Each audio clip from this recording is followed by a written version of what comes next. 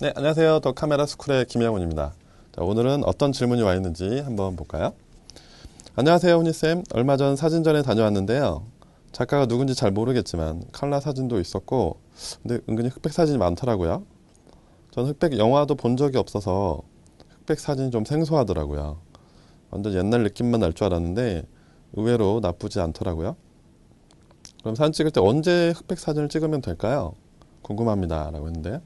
그러니까 저도 흑백 영화를 본 적이 거의 없네요. 그러니까 예전에 그 찰리 채플린 때 그런 영화를 몇 번 보긴 했는데 요즘 우리가 흑백보다는 아무래도 컬러에 좀 많이 익숙한 게 당연하죠. 많이 모든 게 이제 브라운관도 많이 좋아지고 그러다 보니까 컬러에 좀 많이 익숙해져 있는데 예전에는 흑백 필름을 막 가지고 다니면서 막 촬영하고 그랬는데 요즘은 디지털 카메라에서 이 흑백으로 변환하는 어떤 기능들이 또 많이 있잖아요. 그죠? 그래서 보다 쉽게 촬영이 가능해지기 시작했죠. 자, 우리가 흔히 풍경 같은 어떤 다채로운 색깔을 이제 표현할 때는 아무래도 이제 컬러가 좋다. 그리고 약간 흑백은 좀 말 그대로 블랙과 화이트 뭐 이런 보니까 약간 좀 단조롭게 느낄 수도 있어요. 그러면 근데 그럼 우리가 지금 이제 사진을 보면서 흑백과 컬러를 조금 한번 직접 사진 한번 볼게요. 풍경에서는 뭐 어떤 전체적인 도시적인 느낌도 그렇지만 컬러와 흑백의 차이는 결국엔 이런 어떤 걸 찍어야 될지는 결국엔 포토그래퍼, 사진 찍는 사람이 결정을 해야 되는 거겠죠. 그래서 뭐가 좋다는 게 어떻게 보면 주관적인 거기 때문에 그때 느낌을 좀 많이 해서 하시면 되겠죠. 그래서 이런 것도 지금 흑백과 컬러의 차이, 그러니까 어떤 게 정답이라고 할 수는 없어요. 그래서 그 찍고자 하는 본인이 직접 그 느낌을 보면서 찍는 게 중요하죠. 그죠? 자, 이것도 어떤 내부를 촬영한 건데요. 실내에 어떤 그냥 우리가 늘상으로 볼 수 어떤 그냥 기본적으로 우리가 그냥 눈에 흔한 어떤 그냥 일반적인 카페의 모습인데 이걸 그냥 흑백으로 그냥 찍었을 때는 조금 더 클래식한 느낌도 많이 든다는 거죠. 자, 그러면 이제 우리가 컬러와 흑백을 조금 더 좀 명확하게 좀 구분할 수 있어야 되는데요. 어떤 차이점이라든가, 우리가 컬러라는 건 무채색, 무채색이라고 하면 우리가 흔히 흰색, 그다음에 회색, 그다음에 검정 그런 걸 제외한 걸 무채색이라고 그러죠. 그 세 가지를 제외한 모든 색을 이제 유채색이라고 하죠. 결국에 컬러라고 하는 건데, 어, 그래서 우리가 촬영할 때 대부분 특히 이제 컬러 촬영할 때, 프로필 촬영할 때는 그 모델분들한테 무채색 옷을 좀 피하라고 그러죠. 왜냐하면 어떤 그런 색이 좀 어필하게, 컬러를 좀 돋보이게 하기 위해서는 유채색, 특히 또 원색을 옷을 좀 입으라고 권유를 하죠. 그래서 컬러하고 좀 조화를 이루기 때문이죠. 그리고 이제 명도, 색상, 채도를 우리가 약간은 알 필요가 있는데요. 명도라는 건 흔히 이제 우리가 아까의 그 흑백에서, 근데 어때 흑백에서는 이 색상하고 채도가 존재하지 않기 때문에 이 명도를 좀 봐야 되는데 뭐 밝기 단계라고 그러죠, 명도를. 그래서 흰색에서 약간 어두운 블랙으로 가는, 물론 중간에 여러 가지 단계적인 회색이 또 존재를 하긴 하는데요.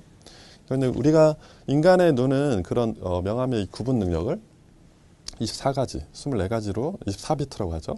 24단계로 나눠서 어떻게 쭉 볼 수 있지만 우리가 늘상 사용하고 있는 모든 카메라의 그 뭐 라우 파일, 최고의 고화질 파일이라고 해도 우리 인간이 보고 있는 그런 명암 구분 능력의 절반도 따라오지 못하는 뭐 10비트, 한 11비트 뭐 이 정도밖에 못 따라오죠. 그 밑에 이제 파일 뭐 JPG 같은 경우는 뭐 한 8비트 정도 더 못 따라오는 하는데 결국엔 그런 전체적으로 우리의 눈이 상당히 그런 풍경이나 모든 모습에서도 상당히 구분 능력을 빨리 잡아내고 좀 더 다채롭게 보일 수도 있다는 거기 때문에 항상 사진 찍을 때 눈으로 먼저 보고 찍는 버릇 습관을 들여야 된다는 거죠. 그만큼 우리 눈이 선회하는 거니까요. 채도를 한번 볼까요? 채도는 결국엔 우리가 흔히 채도가 높다라고 하는 건 색이 좀 풍부하고 색이 좀 선명하다 뭐 이런 걸 얘기를 하는 거고, 채도가 낮네라고 하는 건 그건 이제 흑백에 가까워지는 거죠. 그러니까 색이 좀 옅고 힘이 없다 뭐 이런 얘기고. 그래서 우리가 예를 들어 푸른색이 채도가 없다라고 하면 그 푸른색이 좀 색의 힘이 좀 풍부하지도 않고 좀 이렇게 가볍고 좀 옅어졌다라고 이렇게 말을 표현을 하는 거죠.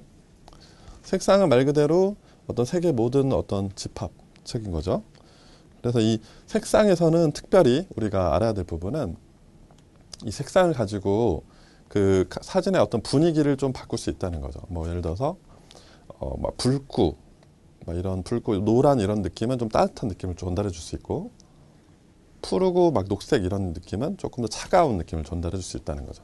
그래서 우리가 흔히 일출을 찍으러 이렇게 올라가 보면 일출의 그 어떤 그 푸른 깃을 일부러 막 해주려고 막 그 푸른 느낌을 막 오히려 좀 바꿔버리죠. 아니면 또 반대로 일몰을 찍으려고 하면 좀 더 붉은 느낌을 좀 더 주기 위해서 색온도를 조금, 그러니까 색상을 그 자체를 좀 바꾼다는 거죠, 그쪽으로. 그래서 그런 색상 조절을 느낌을 바꿀 수 있다는 그 느낌 전달 능력 때문에 바로 이 색상에서 우리가 모두 컨트롤할 수 있다는 거죠. 그러니까 이런 다양한 특성 때문에 우리가 어떤 표현하고자 하는 어떤 그 대상을 표현 능력을 좀 더 부각시켜 줄 수 있다는 거죠. 그래서 칼라는 또 이러한 그 다채로운 색을 표현할 수 있기 때문에 우리가 풍경이나 자연 같은 것도 많이 찍게 되고, 그리고 특히 아까 잠깐 말했지만 의상 같은 부분에서도 이 칼라의 어떤 다채로운 풍부한 걸 전달하는 능력이 좀 많죠.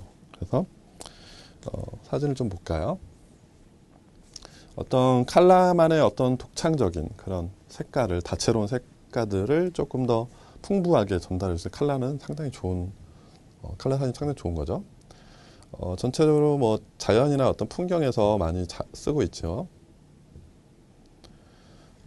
색은 좀 어떤 산뜻함을 또 주기도 하죠. 그 살 자체가 칼라라는 자체가 특히 이런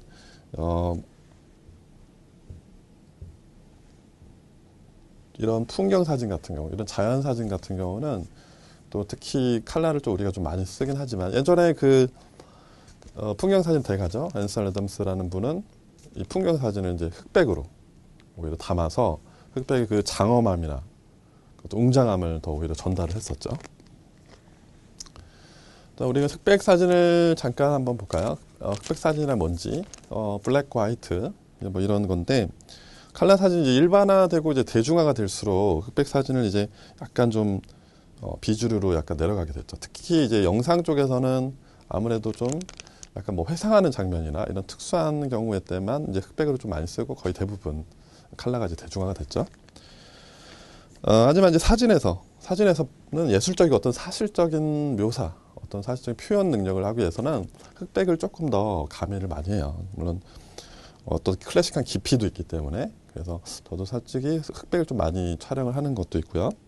물론 이제 사진뿐만 아니라 이제 영상 쪽에서도 이제 그런 예술적인 부분에서는 영화 그 쉰들러 리스트도 있었죠. 약간 그런 어떤 그런 느낌에서는 아무래도 흑백을 조금 더 좀 사실적으로 표현하기 위해서 좀 쓰고 있는 거죠.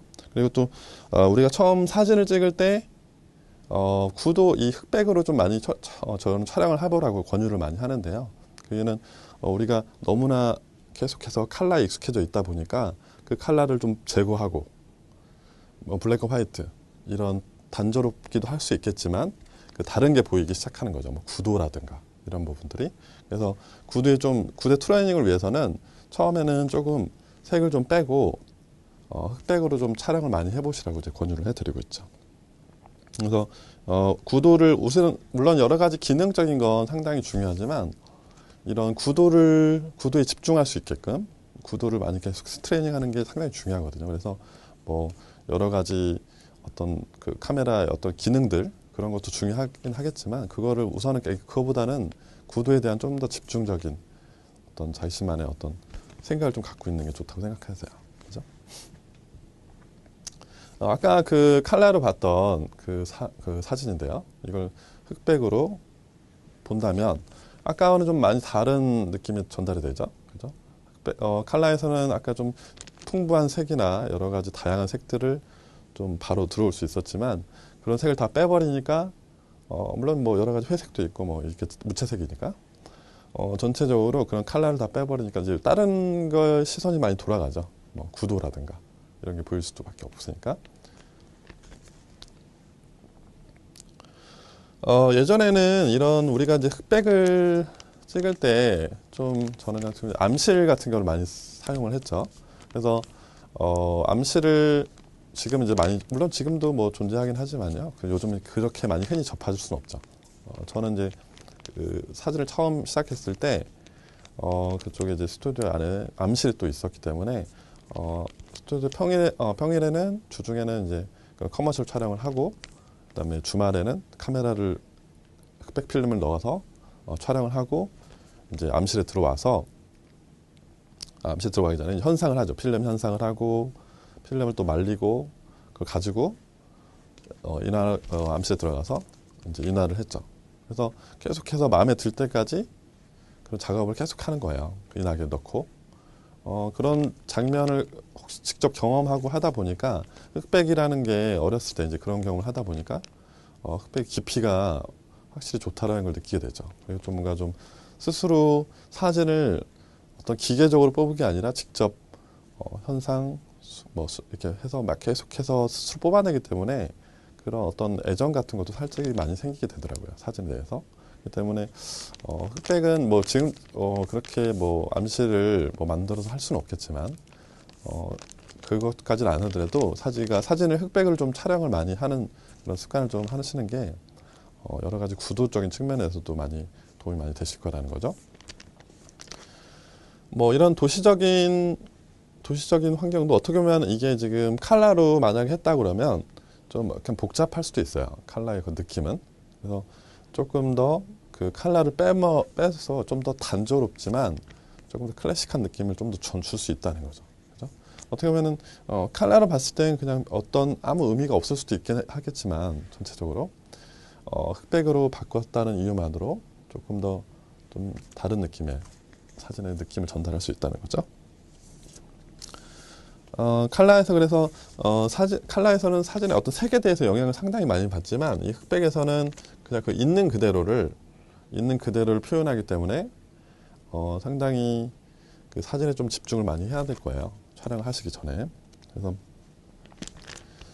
특히 이제 인물 사진에도 이런 게 좀 많이 들어가는데요. 우리가 흔히 이제 모든 사진을 인물 사진에도 이제 칼라로만 거의 촬영을 해봤을 거예요. 그래서 그 인물 사진에 좀 새로운 느낌을 전달할 수 있는데 좀 독특한 느낌을 주거든요. 흑백이라는 건. 그래서 이 어떤 근데 컨셉이나 분위기를 맡고 거기서 이제 모델한테 어떤 이런 의도도 권유를 하면서 이건 흑백에 좀 다양한 독특한 또 느낌이 줄 것 같다. 그렇게 해서 유도를 해서 촬영을 좀 해보는 거죠. 흑백으로.